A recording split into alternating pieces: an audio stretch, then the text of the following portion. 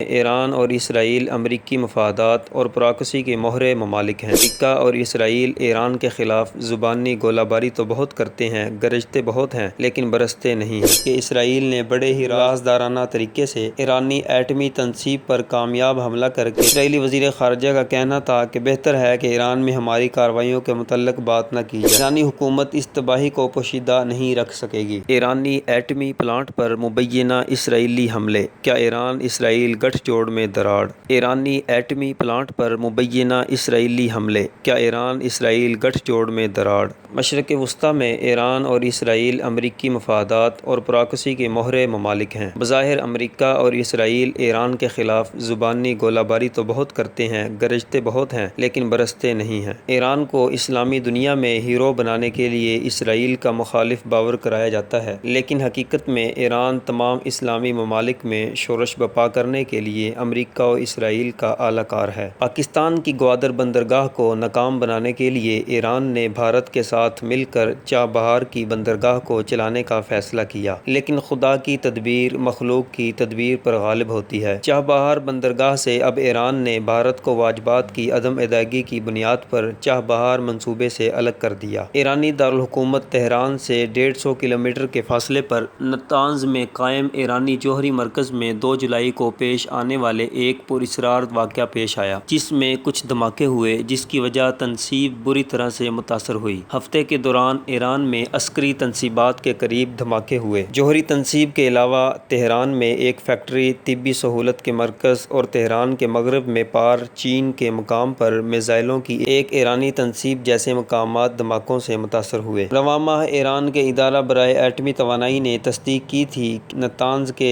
ایٹمی پلانٹ پر دھماکے کے بعد آگ بھڑک اٹھی تھی۔ اطلاعات کے مطابق اس واقعے کے بعد ایران کے جوہری پروگرام کو نقصان پہنچا تھا۔ دھماکوں کی خبروں کی ابتدائی طور پر ایران تردید کرتا رہا، لیکن مقامی لوگوں کی سوشل میڈیا پر دھماکوں سے متعلق خبریں آنے پر مبہم سی تصدیق کی۔ سرکاری خبر رساں agency Islamic Republic of Iran broadcasting IRIB کے مطابق حالیہ دھماکوں کے متعلق خبروں کا سلسلہ ملک کے سوشل میڈیا پر جمعرات کی شب سے شروع ہوا۔ سرکاری چینل یس ٹی وی کے مطابق مقامی افراد نے بتایا کہ انہوں نے 3 سے 4 مارٹر گولے گرنے یا طیارہ شکن توپ کے گولے گرنے جیسے آوازیں سنی ہیں۔ واضح رہے، ماہ جون میں ایران میں پراسرار طور پر کئی دھماکوں اور آتش زدگی کے واقعات رونما ہوئے ہیں۔ 26 جون کو ایران کے علاقے پارچن کے قریب واقع کھوجر کی بیلسٹک میزائلوں کے لیے تیل فراہم کرنے والی اہم تنصیب پر دھماکہ ہوا، جبکہ اس دن ایران کے شہر شیراز میں ایک بجلی گھر میں آگ لگنے کا واقعہ پیش آیا، جس کے باعث شہر کی بجلی معطل ہو گئی تھی۔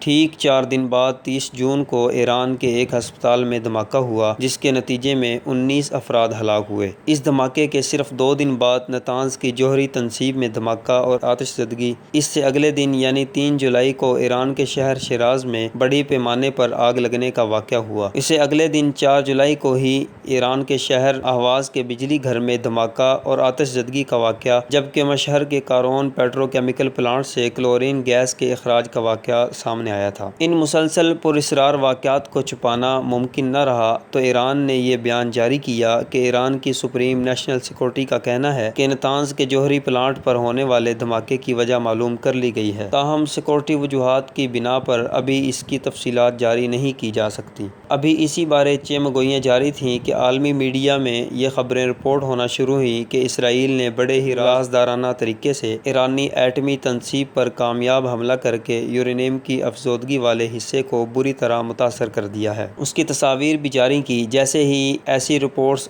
آنی شروع ہوئیں تو ایرانی حکام کو بھی ہیرو بننے کا موقع ملا اور انہوں نے بھی دبے لفظوں میں اسرائیلی حملے کے شبے کا اظہار کرنا شروع کر دیا۔ چند ایرانی حکام نے خبر رساں ادارے روٹرز کو بتایا کہ انہیں جوہری پلانٹ پر حملے کا شبہ اسرائیل پر ہے۔ اس ضمن میں جب اسرائیلی حکام سے سوال کیا گیا کہ کیا ایران کی ایٹمی تنصیب پر حملے میں اسرائیل کا ہاتھ ہے، تو اسرائیلی وزیر خارجہ کا کہنا کہنا تھا کہ بہتر ہے کہ ایران میں ہماری کارروائیوں کے متعلق بات نہ کی جائے، لیکن ایرانی پاپائیت ولایت فقیہ سے منحرف ایک گروہ نے بھی ان حملوں کی ذمہ داری قبول کرتے ہوئے کہا انہوں نے نجران میں ایران کی جوہری تنصیبات پر حملہ کیا ہے۔ برطانوی نشریاتی ادارے کے مطابق پیغام کی تفصیلات میں دعویٰ کیا گیا تھا کہ انہوں نے نتانز کی عمارت کو تباہ کر دیا ہے اور ایرانی حکومت اس تباہی کو پوشیدہ نہیں رکھ سکے گی۔ اس گروپ نے یہ بھی دعویٰ کیا کہ وہ ایرانی فوج اور سیکورٹی اداروں کے منحرفین ہیں اور حال میں ہونے والے دھماکوں کے بھی وہی ذمہ دار ہیں۔ اس میں کوئی شک نہیں کہ ایرانی عوام اپنے حکمرانوں کی بلا وجہ دیگر ممالک میں جنگوں پر اٹھنے والے اخراجات پر شکوہ کناں ہیں اور ایرانی توسیع پسندانہ عزائم سے